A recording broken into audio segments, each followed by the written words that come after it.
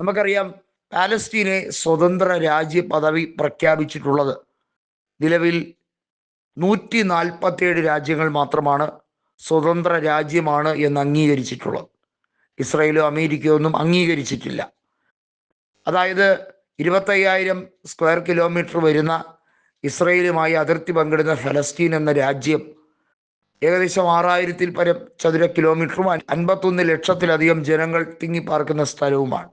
അവിടെയാണ് ഇപ്പോൾ ഫ്രാൻസ്, പ്രത്യേകിച്ചും ഫ്രഞ്ച് പ്രസിഡന്റ് ഇമ്മാനുവൽ മാക്രോൺ പറയുന്നത് പലസ്തീനെ ഓഗസ്റ്റ് മാസം മുതൽ 2025 ഓഗസ്റ്റ് 1 മുതൽ സ്വതന്ത്ര രാജ്യമായി തന്നെ എല്ലാവരും അംഗീകരിക്കണം. ഈ കാര്യം കൃത്യമായും അമേരിക്കയോടും ഇസ്രയേലിനോടും പറഞ്ഞിരിക്കുകയാണ്. വലിയ രീതിയിലുള്ള ഒരു ഷോക്ക് ട്രീറ്റ്മെൻ്റ് ആണ് ട്രംപിനും അതുപോലെ നെതന്യാഹുവിനും നൽകിയിരിക്കുന്നതെന്നുള്ളത് വളരെ വ്യക്തമാണ്. നെതന്യാഹുവിൻ്റെ ആരോഗ്യ പ്രശ്നങ്ങളൊക്കെ വിലയിരുത്തപ്പെടുമ്പോഴും കൃത്യമായ തിരിച്ചടികൾ ഇറാൻ്റെ ഭാഗത്തു നിന്നും ഉണ്ടാകാനുള്ള സാധ്യതയും അവിടെ എത്തി നിൽക്കുകയാണ്.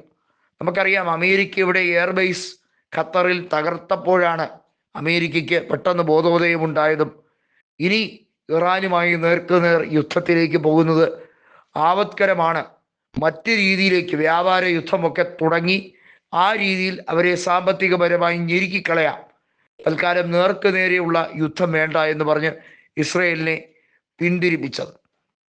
12 ദിവസമേ നീണ്ടു നിന്നുള്ളൂ. എന്നാൽ 21 മാസത്തിലധികമായി നീണ്ടു നിൽക്കുന്ന ഗാസയിലെ ഈ രീതിയിലുള്ള നരനായാട്ട് അവസാനിപ്പിക്കാൻ, വെടിനിർത്തൽ നിലവിൽ കൊണ്ടുവരാൻ യൂറോപ്യൻ യൂണിയനോ അല്ലെങ്കിൽ ഒരു രീതിയിലും മറ്റ് രാജ്യങ്ങളോ മുൻകൈ എടുക്കുന്നില്ല. അമേരിക്കയ്ക്ക് പ്രത്യേക താല്പര്യമൊന്നുമില്ലെങ്കിലും ഈ വിഷയത്തിൽ അവർ ഒന്നും പ്രതികരിക്കുന്നില്ല. അമേരിക്കയുടെ താല്പര്യം മുഴുവൻ ഇറാനുമായി ബന്ധപ്പെട്ട വിഷയത്തിലായിരുന്നു. അവിടെ കണക്കിന് കിട്ടിയപ്പോൾ അമേരിക്ക ഇപ്പോൾ ഒന്നും പിൻവലിഞ്ഞിരിക്കുകയാണ്. പക്ഷേ മാക്രോണിൻ്റെ ഈ തീരുമാനം, ഇമ്മാനുവൽ മാക്രോൺ എന്ന ഭരണാധികാരി എടുത്തിരിക്കുന്ന ശക്തവും വ്യക്തമായ തീരുമാനത്തെ പരിപൂർണമായി സ്പെയിൻ അടക്കം പിന്തുണച്ചുകൊണ്ട് രംഗത്ത് വരികയാണ്.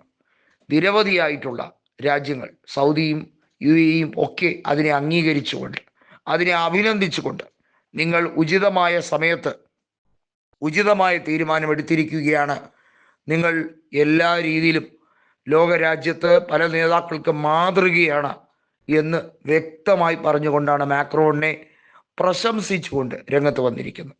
ഒന്ന് ആലോചിക്കണം, ഇമ്മാനുവൽ മാക്രോൺ ഈ കാര്യങ്ങൾ പറയുമ്പോൾ യൂറോപ്യൻ യൂണിയൻ മൊത്തത്തിൽ സ്തബ്ധരായി നിൽക്കുന്ന ഒരു സാഹചര്യമാണ്. സുരക്ഷാ സമിതിയിലെ രാജ്യങ്ങളിൽ റഷ്യ മാത്രമാണ് ഈ വിഷയവുമായി ബന്ധപ്പെട്ട കാര്യങ്ങളിലൊക്കെ ഇറാനോടൊപ്പം നിൽക്കുന്നത്. ഇറാനും ഇറാൻ്റെ പ്രോക്സി ഗ്രൂപ്പും എല്ലാം ഗാസയിലെ വിഷയങ്ങളുമായി ബന്ധപ്പെട്ട കാര്യത്തിൽ നിരന്തരമായ ഒരു നിരീക്ഷണം തന്നെയാണ് നടത്തുന്നതെങ്കിലും ഫ്രാൻസ് ഒരു പടി കൂടി മുന്നിൽ ചാടി തങ്ങൾ നേരിട്ട് ഒരു വലിയ പ്രഖ്യാപനം നടത്തുന്നു. ഫലസ്തീനെ സ്വതന്ത്ര രാജ്യമായി പ്രഖ്യാപിക്കുക, അത് അംഗീകരിക്കാൻ എല്ലാ രാജ്യങ്ങളും തയ്യാറാകുക.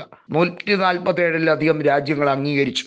പിന്നെ ബാക്കിയുള്ളവർക്ക് അംഗീകരിക്കാൻ എന്ത് ബുദ്ധിമുട്ടാണുള്ളത്? ഇതാണ് ഇമ്മാനുവൽ മാക്രോൺ ചോദിക്കുന്നത്. അവിടുത്തെ മനുഷ്യരെ മുഴുവൻ കൊന്നൊടുക്കുന്നതാണോ നിങ്ങളുടെ നയം? അതാണ് അമേരിക്കയോടും ഇസ്രയേലിനോടും ചോദിക്കാനുള്ളത്. ഇസ്രയേലിൻ്റെ പല രീതികളെയും അതിരുകടക്കുന്നു എന്ന് ഇറ്റലിയും കൃത്യമായി പറഞ്ഞതാണ്.